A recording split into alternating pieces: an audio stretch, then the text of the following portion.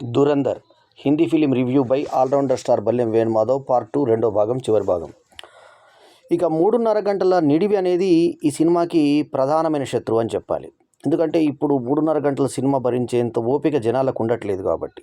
ఇంకోటి ఏంటంటే animal cinema దాదాపు 4 గంటల నిడివి ఉన్నటువంటి యానిమల్ సినిమా కానీ, ఇప్పుడు 3.5 గంటల నిడివి ఉన్నటువంటి దురంధర్ సినిమా కానీ, ఇటువంటి వాటికి రిపీట్ రన్ రావడానికి చాలా ఇబ్బంది అవుతుంది. ఒకటి, థియేటర్లు ముందు కల్పించడానికి మల్టీప్లెక్స్ యాజమాన్యాలు కానీ, మళ్ళీ తర్వాత సోలో థియేటర్స్ ఏవైతే మామూలుగా మల్టీప్లెక్స్ కాకుండా థియేటర్ సింగిల్ స్క్రీన్స్ ఉంటాయో వాళ్ళందరూ ఇబ్బంది పడతారు. ఎందుకంటే నెక్స్ట్ షోకి టైంకి వాళ్ళకి షోస్ ఇవ్వడానికి ఇబ్బంది అవుతుంది కాబట్టి, 4 గంటలు బ్లాక్ అయినప్పుడు ఇవన్నీ ఇబ్బంది పడతారు కాబట్టి, సో ఆ రకంగా వాళ్ళు ఇబ్బంది పడతారు కాబట్టి ఈ సినిమాలకి షోలు పడవు పెద్ద సినిమాలకి. అదే గంటన్నర నిడివి, 2 గంటల నిడివి, 2.5 గంటల నిడివి ఉంటే వాళ్ళకి ఈజీగా ఇంకో ఒక షో ఎక్కువ వేయడానికి అవకాశం ఉంటుంది కాబట్టి.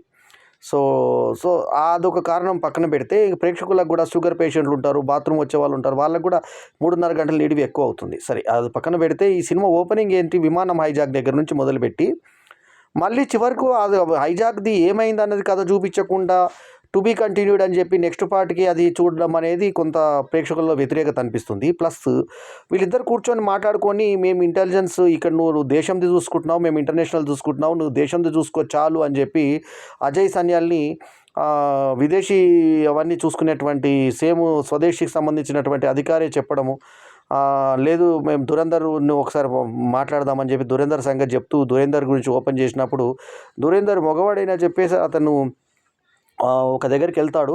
వెళ్ళిన తర్వాత అతని ప్యాంట్ని తడిమి లోపలికి చేయబెట్టి చూసి వాసన చూసుకోవడము, అంటే జంటు అంటే హోమో సెక్సువల్ ఒక ఆలోచనలు వాళ్ళవి ఆ విలన్ తరఫున వ్యక్తికి ఉన్నట్టుగా చూపిస్తారు.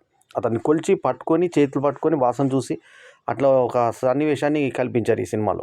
సో ఆ తర్వాత అక్కడ బాగా ఇష్టం వచ్చినట్టు కొట్టుకుంటుంటే అక్కడ పోలీసులు రాగానే నాకు వదిలిపెడతారు. కరాచీలో జరిగినటువంటి అన్యాయాలు, అక్రమాలని చూపిస్తూ ఇక్కడ పాకిస్తాన్లోని కరాచీకి వెళ్ళిపోయి, కరాచీని వెళ్తే ఇంకా దేశం మొత్తాన్ని వెళ్తాడు అంటే ఆ పాకిస్తాన్ దేశాన్ని మొత్తం వెళ్తాడు అనేటువంటి నమ్మకంతో ఈ దురంధర్ ఒక చిన్న సామాన్యమైన వ్యక్తిగా చేరి అతని కొడుకుని, ఎవరైతే పెద్ద నాయకుడు ఉంటాడో అక్షయ్ ఖన్నా, అతని కొడుకుని రక్షించినట్టు నటించడమే అది. ఎందుకంటే అతను చంపింది ఇతనేమో అనిపిస్తుంది, ఎందుకంటే అతను ఎవరు కాల్చారో మనకు చూపించారు. సో అతను రక్షించినట్టే నటించి రక్షించినట్టు చేసి అతన్ని అభిమానాన్ని చూరగొంటాడు. అప్పటిదాకా కామెడీ పాత్రలు చేస్తున్న ఏజోయ్ జిందగీ ఫేమ్ రాజా అనే పాత్రధారి ఈ సినిమాలో విలన్గా ఒక పెద్ద తరహాలో పాత్ర నటించాడు. హుందాక కూడా నటించాడు, చాలా బాగా చేశాడు. సో అతను వచ్చేసి ఇక్కడికి వస్తాడు. వచ్చిన తర్వాత ఏదో అయ్యో కొడుకు చచ్చిపోయాడా అని చెప్పేసి ఆదరించినట్టు చేస్తే బాగుంది. అక్కడ భార్య వస్తుంది. భార్య వచ్చి అక్షయ్ ఖన్నా అది ఎవరైతే విలన్ ఉంటాడో అతని దగ్గరకు వచ్చి చెంప మీదకి వెళ్ళి చల్లు అనిపిస్తుంది. కొట్టిన తర్వాత బోర్న ఏడ్చి పట్టుకుంటుంది.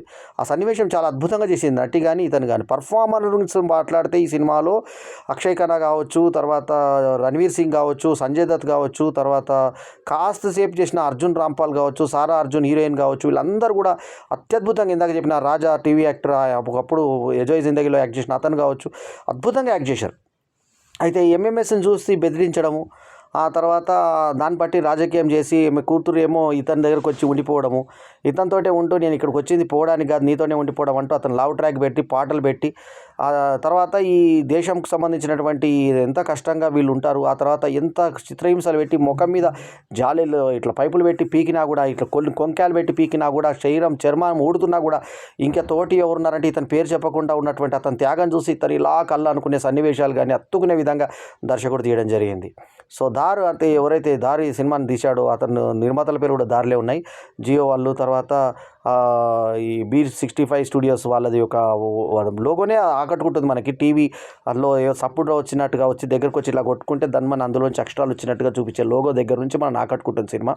సో మొత్తానికి ఏంటంటే అప్పుడు 26/11 బొంబాయి అటాక్ ఏ రకంగా జరిగింది, పార్లమెంట్ దాడి చూపించారు, పార్లమెంట్కి ఏ రకంగా స్పీడ్గా వెళ్ళిపోయి ఎలా చేశారు, కరాచీలో తర్వాత వీళ్ళు వచ్చిన తర్వాత ఇతను అధికారంకు వచ్చినటువంటి ఇతను మన అక్షయ్ ఖన్నాని ప్రకటించినప్పుడు ఆ రాజా యొక్క ముఖ కవలికలు, హీరోయిన్ తండ్రి, బాధపడతాడు, అతనికి సీటు పోయిందని. ఆ తర్వాత రాజకీయాలతో మమేకమైపోయి ఈ పార్టీతో కలిపి ఆ పార్టీ చేసుకోవడం, అంటే పాకిస్తాన్లో ఉన్నటువంటి రాజకీయాలను చూపిస్తూ అక్కడ ఎదిగి కరాచీని ఏలాలని చెప్పేసి హీరో అనుకోని ఇక రాత్రిపూట నేను ఎక్కడ పోయినాను, ఎవరితో కులికారని నువ్వు నన్ను అడగకూడదు, అడగకుండా ఉంటే నేను రాణిలాగా చూసుకుంటా, లేకుంటే తలుపు తీసి ఉంది అంటే చంపేస్తాను నువ్వు మళ్ళీ ఒకసారి పొమ్మంటే నేను నీ దగ్గరకు వచ్చి పోవడానికి కాదంటూ హీరోయిన్ అతను అతుకునే సన్నివేశం, వాళ్ళిద్దరి మధ్య రొమాన్స్ చూపిస్తే ఆ తర్వాత ఇతను ఏ రకంగా ఎదిగాడు, ఏ రకంగా నమ్మకం కల్పించాడు, చివరికి ఒకసారి పట్టించి మళ్ళీ ఎందుకు వెనక్కి తీసుకొచ్చాడు సంజయ్ దత్ దగ్గర నుంచి. మళ్ళీ ఆ తర్వాత ఆయుధాల విషయం అన్నీ తెలిసిన తర్వాత మళ్ళీ పక్క ట్రాక్లోకి తీసుకెళ్ళి ఈ రోడ్లు ఎందుకు తీసుకెళ్తున్నావు అంటే ఏదో కారణం చెప్తే నువ్వు ఆపు అన్న తర్వాత ఇద్దరు కొట్టుకోవడం. ఆ తర్వాత అక్షయ్ ఖన్నా చూపించినటువంటి పర్ఫార్మెన్స్, ఫైట్ దగ్గర కూడా ఆయన చూసినటువంటి పర్ఫార్మెన్స్, విలన్కి పర్సనాలిటీ కాదు కావాల్సింది పర్ఫార్మెన్స్ ఉండాలని తాళ్ళలోకి అప్పుడు హీరోగా చేసిన అక్షయ్ ఖన్నా ఈ మధ్య ఔరంగజేబ్గా కూడా అలరించి ఎప్పుడైతే మనకి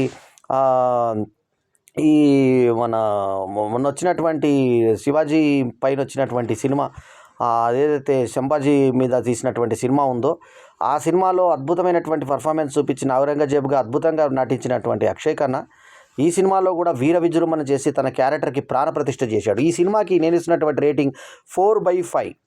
ఏ పరంగా చూసినా కూడా ఈ సినిమా ఒక గొప్ప సినిమా దురంధర్. సో మొత్తానికి ఏంటంటే కమర్షియల్ ఎలిమెంట్స్, టెక్స్టైల్ ఎలిమెంట్స్ లేకుండా కేవలం వైలెన్స్తో లాక్కుంటూ వచ్చి ఎంతో అద్భుతంగా తీసుకొచ్చినటువంటి దీంట్లో కామెడీ లేకపోయినా మనకు వెళ్తే అనిపించదు. దేశ సమకాలీన పరిస్థితులు, అప్పటి జరిగినటువంటి పరిస్థితులు ఏంటి అంటూ చూపిస్తూ ఇందులో హిందీ పాటల్ని 4 పాటల్ని మోనికా ఓ మై డార్లింగ్ అనే పాటని, ఆ తర్వాత ఇంకా 3 ప్రసిద్ధమైనటువంటి పాటల్ని పూర్తిగా వాడుకోవడం బాగుంది. అది వెనుక బ్యాక్డ్రాప్లో ఆ పాటలు వస్తూ ఉంటే అక్కడ అంటే పాకిస్తాన్ వాళ్ళు మన హిందీ పాటల్ని ఏ రకంగా అలరిస్తారు అనేది మనకి కరాచీలో చూపినటువంటి సంఘటనల నేపథ్యంలో జోడిస్తూ చూపిస్తారు. తర్వాత ఇక్కడ ఇండియన్ అధికారులు, ఈ అధికారులు, ఇంటెలిజెన్స్ అధికారులు ఇలా చేసే ప్రయత్నాలు, అక్కడ వాళ్ళు ఏ రకంగా టెర్రరిస్ట్ అటాకులు చేపిస్తూ కసబ్కు ఇచ్చినటువంటి ఆయుధం నా చేతితో ఇచ్చానని ఇతను బాధపడడం, ఆ చివరి ఆఖరికి అతను ఏ రకంగా వాళ్ళని తుదముట్టించి ఆ విలన్ని అరికట్టి అతని చేతి కింద ఉన్న వాళ్ళని కూడా ఏ రకంగా చంపారు, కసకస పొడుచుకోవడం, ఇలా పొడుచుకోవడం, మట్టిని తవ్వినట్టుగా తవ్వేస్తారు శరీరాల్ని, ఆ రకంగా హింసను చూపించారు సినిమాలో దురంధర్. సో మొత్తానికి ఏంటంటే దురంధర్ అనేది టైటిల్ లాస్ట్లో చూపించి టు బీ కంటిన్యూడ్ అని వేయడం బాగుంది. సో స్టార్టింగ్ నుంచి ఎండింగ్ వరకు చాప్టర్ వైజ్గా 5 చాప్టర్ల వరకు ఇచ్చి ఇది పీస్కు value of the prize of peace అని చెప్పి స్టార్టింగ్ ఇచ్చి అలా ఒక్కొక్కటి ఇచ్చుకుంటూ వచ్చి 5 చాప్టర్ల తర్వాత ఇంటర్వెల్, ఫైనల్ చాప్టర్ అని చెప్పి లాస్ట్ 10వ చాప్టర్కి ఫైనల్ చాప్టర్ అని ఇవ్వడము, చాప్టర్ వైజ్గా చూపిస్తూ బ్రేకప్ చేసినటువంటి విధానం బాగుంది. ఎక్కడెక్కడియో లొకేషన్స్, కాందహారు అవన్నీ ప్లేసెస్ చూపిస్తూ అక్కడ ఏ రకంగా అటాకులు జరిగాయి, ముఖ్యంగా 26/11 అటాక్, పార్లమెంట్ దాడి, ఇవన్నీ ఏదైతే టెర్రరిస్టులు చేశారో వాటి నేపథ్యాలు ఏ రకంగా ఉంటాయి, ఆ తర్వాత మన ఇంటెలిజెన్స్ అధికారులు ఏ రకంగా పోరాడతారు, అసలు మనం ఇక్కడ రక్షణగా ఉన్నామంటే ఇంటెలిజెన్స్ వాళ్ళ యొక్క వర్క్ ఎంత ఉంది, వాళ్ళ యొక్క భాగస్వామ్యం ఎంత ఉంది, వాళ్ళు అక్కడ మన కోసం వాళ్ళు కష్టపడుతున్నారు కాబట్టి మనం సుఖంగా ఉన్నాం అనేటువంటి ఒక చిన్న కామన్ సివిక్ సెన్స్ అనేది జనాలందరికీ తెలిసేలాగా చేసిన సినిమా దురంధర్ సినిమా. దానికి అభినందనలు. ఒక మంచి సినిమాను చూసినటువంటి ఫీలింగ్ నాకైతే కలిగింది. 3.5 గంటల ఒక మంచి సినిమాను చూసేటువంటి ఉద్దేశం ఉన్న వాళ్ళు ఖచ్చితంగా ఓపికగా ఈ సినిమా చూడాల్సిందే. చాలా బాగుంది సినిమా ఇది. సో రణ్వీర్ సింగ్ నటన కూడా చాలా బాగుంది. అందరికన్నా బాగా చేసింది సంజయ్ దత్, ఆ తర్వాత రణ్వీర్ సింగ్, ఆ తర్వాత చేసింది అక్షయ్ ఖన్నా. అద్భుతమైన పర్ఫార్మెన్స్ చూపించాడు. అట్లాగే సారా అర్జున్ కూడా తక్కువేం తిరగలేదు, ఆమె కూడా బాగా చేసింది. అర్జున్ రాంపాల్ కనిపించిన కాసేపైనా బాగా చేశాడు. నోట్ల ముద్రల దగ్గర నుంచి, ఆయుధాల తయారీ దగ్గర నుంచి, డమ్మి తుపాకీలు ఏ రకంగా ఉంటాయి, ఒరిజినల్ ఏ రకంగా ఉంటుంది, వాటి డీలింగ్ దగ్గర సంజయ్ దత్ చూపించినటువంటి ఇది. ఆ తర్వాత ఎస్పీగా అతని పేరు చూసుకుంటూ ఇతను ఏ రకంగా తలపడ్డాడు, 2 సార్లు విడిపించి ఏ రకంగా టెర్రరిస్టులు బయటపడతారు, మళ్ళీ లోపలికి వస్తారు, ఏ రకంగా పగ తీసుకుంటారు, భార్య పిల్లల కోసం అతను చెంపదెబ్బ తిన్నటువంటి భార్య మీద ప్రేమతో అతను దిగేసి అతను ఏ రకంగా హ్యాండ్ ఓవర్ అయ్యాడు. ఆ తర్వాత ఇతనే మళ్ళీ నాటకం ఆడి కాపాడినట్టుగా రణ్వీర్ సింగ్ ఏ రకంగా ఇచ్చారు. ఇంటర్వెల్లో మాత్రం దొరికిపోయాడేమో అని అనిపించే విధంగా చూపించి మళ్ళీ కాకుండా వేరే అతను చూపించి అతన్ని హింసిస్తుంటే ఇతని పేరు చెప్పకుండా ఇతను ఆనందపడడం, ఆ తర్వాత దురంధర్ అనుకున్నది సాధించడం, ఈ దురంధర్ ఉదంతా అని చెప్పి మళ్ళీ ఈ విమానం అటాక్ చేసిన తర్వాత ఏం జరిగిందంటే సెకండ్ పార్ట్లో చెప్తారేమో అనే లీడ్తో ఎండ్ చేసినటువంటి ఈ సినిమాకు హ్యాట్స్ ఆఫ్, బాగుంది సినిమా. సో ఆ విమానంది కూడా ఇక ముగించి ఇచ్చే బాగుంటుంది, కానీ సెకండ్ పార్ట్ లీడ్ ఉంది కాబట్టి మనం దాని గురించి మాట్లాడలేము. మొత్తానికి సంగీతము, తర్వాత సాహిత్యం, డైలాగ్స్, ముఖ్యంగా డైలాగ్స్, పాటలు అన్నీ ఆకట్టుకునే విధంగా సాగి రికార్డింగ్ బాగా సాగి ఆర్టిస్టుల పర్ఫార్మెన్స్, డైరెక్షన్ బాగా సాగి ఒక దేశభక్తి సినిమాను చూసినటువంటి ఇది. ఈ సినిమాలే లేని ఈ వారంలో దురంధర్ సినిమా బాగుండి అద్భుతమైనటువంటి పర్ఫార్మెన్స్తో ముందుకెళ్తుంది కాబట్టి కలెక్షన్స్ కూడా ఆ రకంగా ఉన్నాయి కాబట్టి దురంధర్కి అభినందనలు చెప్తూ 4/5 అనేది ఇందాక ఇచ్చిన review. Again I'm repeating my rating 4/5 is my review rating. ఈ రివ్యూ కనుక మీకు నచ్చితే లైక్ చేయండి, కమెంట్ చేయండి, షేర్ చేయండి, మా ఛానల్కు తప్పకుండా సబ్స్క్రైబ్ చేయండి. ఎల్లప్పుడు మీ ఆదరాభిమానాలు ఆశించే మీ ఆల్రౌండర్ స్టార్ బల్లెం వేణుమాధవ్. నమస్తే, జై హింద్.